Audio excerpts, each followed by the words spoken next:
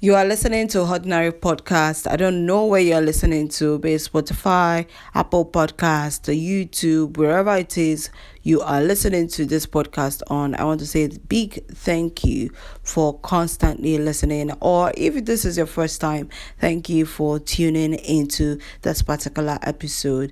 Please do not forget to subscribe, like, share, write a review, do all the good stuff that the platform you're using to listen to us could allow you to.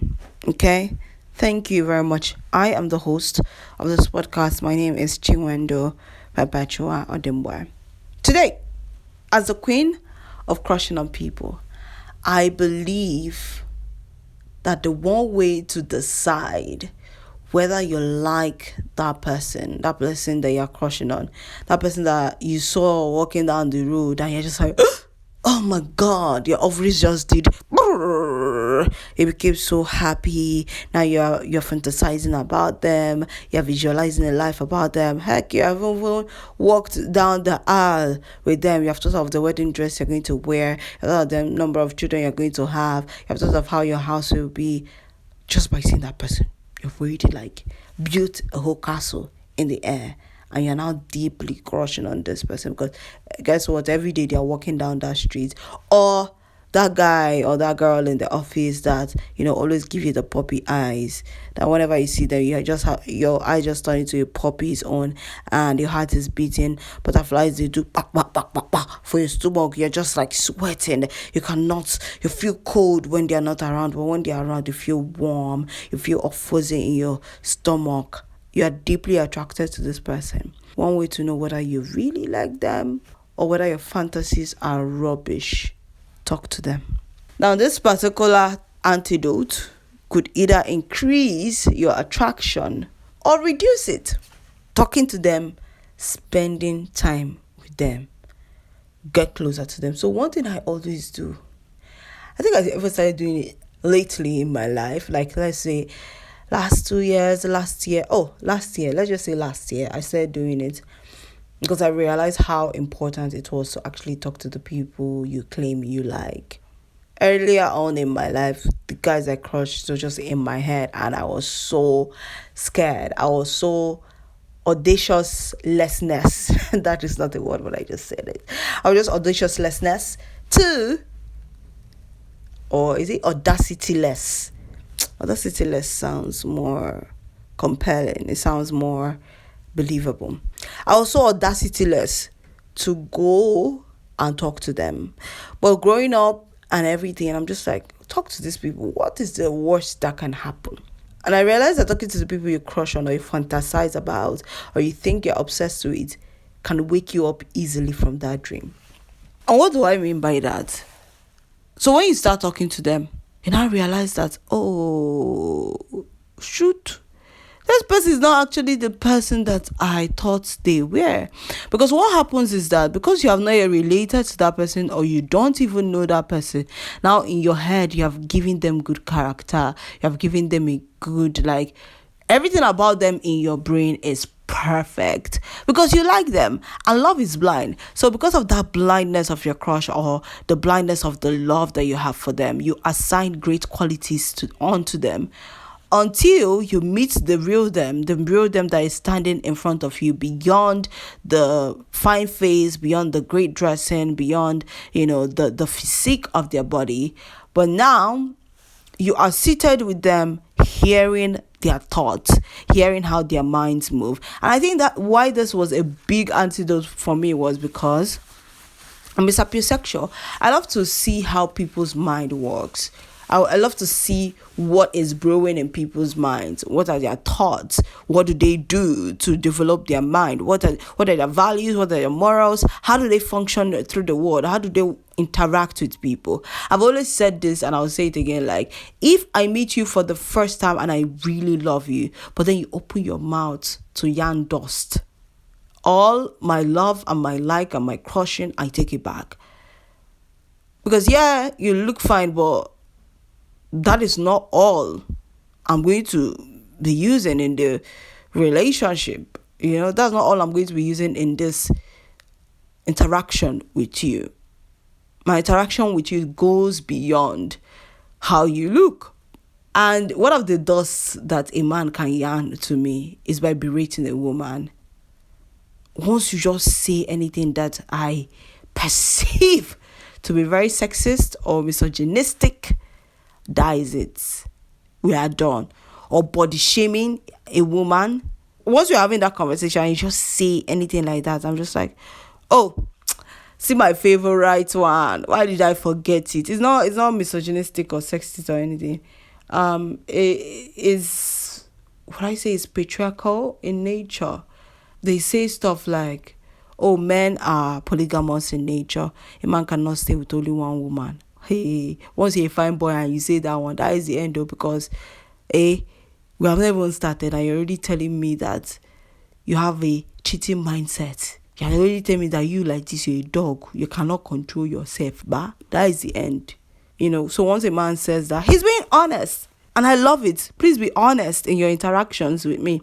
But then is a vetting period. It's a period where I decide, should I go forward or should I mind my business? And I can't go forward with someone that has that kind of mindset. They can meet another woman that is fine with it. I am not fine with it. Cheating is a deal breaker for me. Cheating is a no-no for me. Having a mindset that, oh, men can do whatever they want when it comes to loyalty and faithfulness to their wives is you cannot have that mindset. You should have the mindset of Christ, that men love your women like the church love, like, how do they talk about? Like Christ loved the church. That love, that loyalty, that honor you give to your wife is really, really important. So talking to your crush or somebody you fantasize about kind of like reveals what is in their head. So somebody can appear bright, but their words are not bright. The thoughts in their head, they're just dumb. Or they might not be dumb, but they might be the most intelligent, wise people you have ever met. But then you realize that your values, your morals do not align. And now thinking about it, this thing can only work for somebody that really knows what they want. So you know what your values are, you know what you want out from a relationship. Like, you are not a surface person. You're not the kind of person that when you see that a man has money, you run to them. Or if you see that a woman has like the best body, a banging body, figure 8, you run to them. You don't wait to figure out who this person is intrinsically, like what makes up their mind, what makes up, their thought organs, what makes up their morals and their values, what are their thoughts on, several topics that are really important, like what are their thoughts on marriage. Are they the guy, that you want monogamous marriage? Are they the kind of people that want open marriage and polygamous marriage?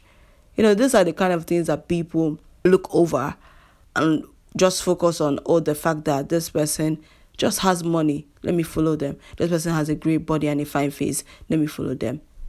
At some point in the relationship, the problems that arise in that relationship wouldn't require your money, it will not require your fine face and your body. Am I saying do not look for fine face, do not look for money, do not look for banging body? I am basically saying that those things are great qualities to have, but they are not the only qualities for a potential partner to have. It should go beyond that. It should go beyond how the person looks. And that's why it's also important, aside from talking to them, to watch them be in their own lives. If you have the opportunity to see them speak with their family or be with their family, how does he speak with his family? How does she speak with her family? When you guys are walking down a street, how do they behave? How do they interact with people around them? It's really important to check all those things out.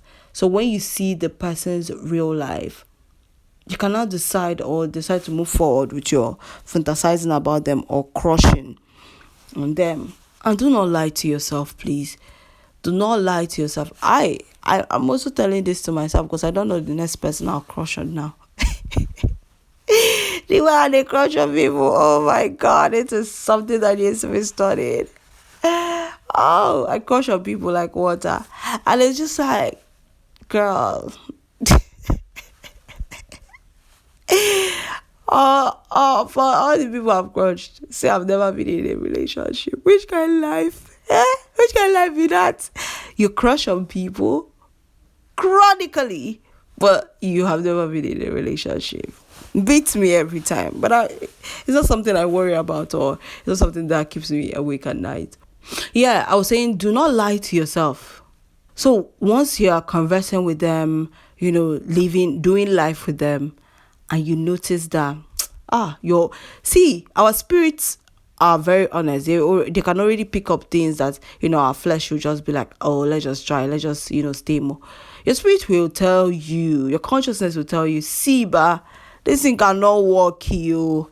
See, ba, Shebi are seeing how they are thinking. Shebi are seeing their mindsets on these things. It's not as if it's not when you now enter the relationship, you now be telling them to change. There's no change in here, oh, now how this person did. So just leave it for them. You can then decide to be friends with them, to be really cool with them. But you see that relationship, romantic thing, out the window, right?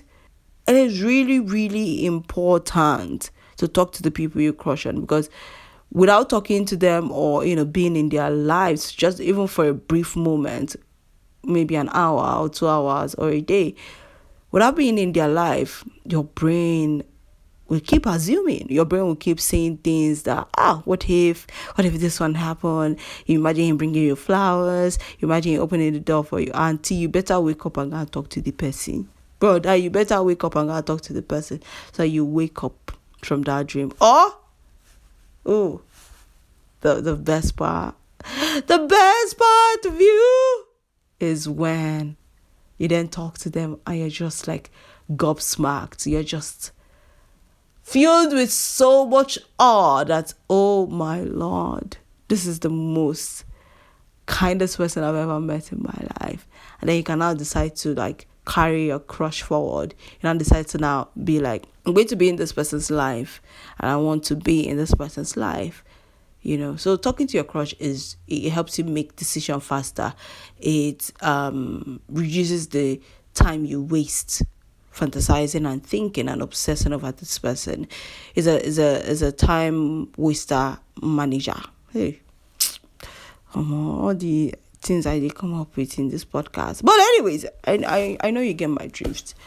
I'm rooting for you, and I know that this love thing will surely work for you. Okay, carry it. If that's your prophecy, carry it with your full chest.